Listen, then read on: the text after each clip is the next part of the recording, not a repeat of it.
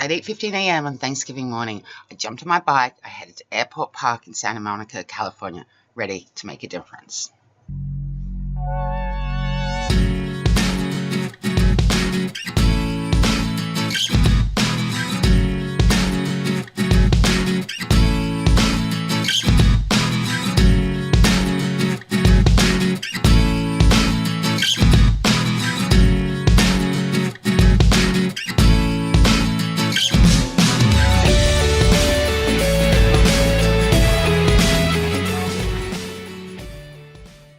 How did this all start 20 years ago? 20 years ago, I was at sort of at a crossroads in my life, I guess, and I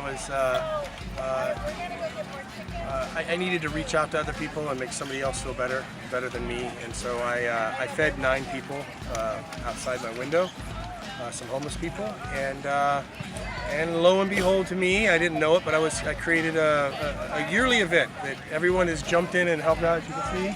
All my friends and family, and we have grown in size every year. And it started in Silver Lake, California, and this year we're in 17 cities, from Harlem to San Francisco, from Sacramento to Austin to Nashville, Detroit, Orange County, the list goes on. That's amazing. We fed 24,500 people last year on Thanksgiving morning, and I think we're going to beat the record this year. That's so awesome. How is this funded? We take donations. You can go to the website, gobblegoogle.give.org, and you can donate. But there's a few of us that always pitch in and just kind of make it happen. It gets bigger and it gets bigger, and there's a lot of logistics. And we're doing haircuts in Nashville and showers in Vegas, and so it starts to get expensive. But it's a great, we enjoy doing it. What does kindness and hope mean to you? Kindness and hope. They go together, Hope is kindness and kindness is hope. I'm an eternal optimist, so, I'm always looking at the bright side. But there are some people that need help right now, and quite frankly, we might not change the world today. We might not change somebody's life out on the street if they get a meal, but where we are changing people need to. I've seen kids grow up with this. I've seen kids become cute, like grown-ups, and every year I see them here, and I know that it changes them. And so that's. So once everyone's packed everything up now, where does everything go? We're going to hit the railroads. We're going to hit the riverbeds, the alleys. So you just go randomly everywhere? We randomly go out. I mean, we all know. Everybody knows. You see them outside your door. You see them when you're heading to the supermarket. You see them when you're going to work. We know where to go, and they're everywhere. And there's empty lots, and there's freeway underpasses, and there's entire city blocks that people are living on, and we go there and we give them a meal. We just say Happy Thanksgiving. And how appreciative are they? Pretty appreciative. There's a lot of tears, a lot of hugging, and the holidays to give back. And so we got invited to come today by some friends. We have another teenager in the back. I thought it'd be good for them to see a different side of Los Angeles. Different side of Thanksgiving too, right? Yeah. So what do you guys do? You like bagging up stuff and you're going to take it to the homeless? Yeah, we have a baby, so it was a little bit more challenging getting out and helping. So we figured we would drive around and the kids could hop out and hand out the meals and the clothes. That would be an easier task with us just because we have an infant. So we're just waiting here for them to finish loading up the van, and we'll head out and start delivering stuff. And how do you feel about doing something like this as opposed to a traditional Thanksgiving? I mean, I really want my kids to appreciate the blessings that we have, and I don't think that can really happen until they see what others don't have, if that makes any sense. That actually is a perfect answer. We're really here for the teens, really. We want them to just be a little bit more grounded. It's wonderful. What do you think you're learning from this experience? It just makes me feel better about like all the stuff that I have and other people don't have. So like the holidays are coming up. I want all of this stuff, and I hear that kids don't even have anything at all. So it just makes me feel better inside. Thank you. Thank you. And since the start, and I started about I think last year or the year before, but all the organization of this. And how important is it to you for you to do give back? I've always hated Thanksgiving. I've always not really liked the meaning behind it and all that. I understand the whole like, oh, celebrate what you're thankful for, but the history about it. So this really like made me have a whole new outlook on Thanksgiving and what you can make it. And it's beautiful to give back, not just take.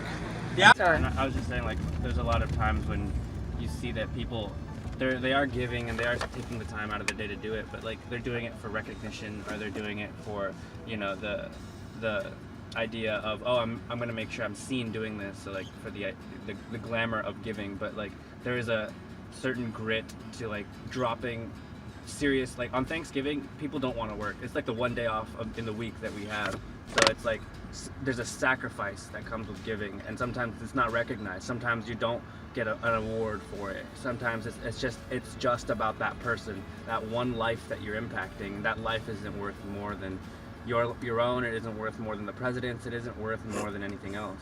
The whole thing is, it's like you're supposed to give and not expect in return. And Yeah. like I was telling you with that story, that guy, he started crying because no one's probably ever given him a hug in like 10 years. You know, you just have to show compassion.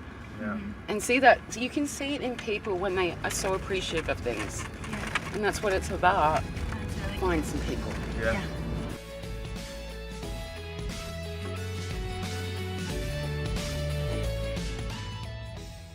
Thank you. One bag or two? There's just clothes, like hats, socks, toiletries. One? Okay, take this one. This one's good. Like, I feel like this is a good one. I just want to know, like, what does Thanksgiving mean to you? It really doesn't mean too much to me. You want to know why? I'm not an American citizen. Even though I was born here, I don't have a social security number or a birth certificate. I was born in a house in New York. My story is very backwards. You know what I'm saying? Yeah. No government agency wants to help me. But it's a nice Thursday to eat turkey.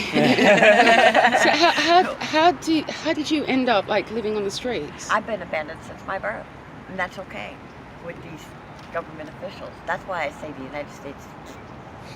No. How dangerous is it out here for you? Oh, it is. You don't sleep at night. So I try to sleep during the day because the men's bother you. Even though you look like me, 1,000 years worth of bad weather, you tell them, no, I'm not interested. See, I don't do drugs and I don't drink, but I like food and I like to smoke cigarettes. Me too. You know what I mean? You know, so that's just an more acceptable form of addiction. And how do people treat you? Like, Some days good, some days not so good. if there's one thing to help you turn your life around, what would it be?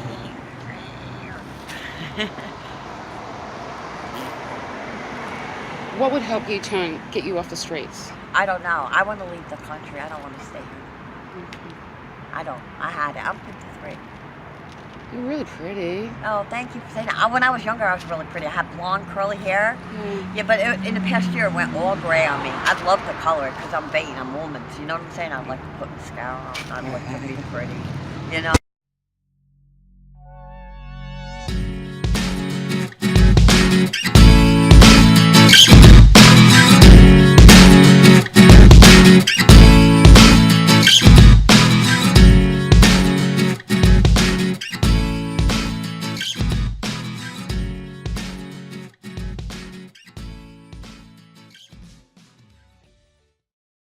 Each and every one of us can make a difference.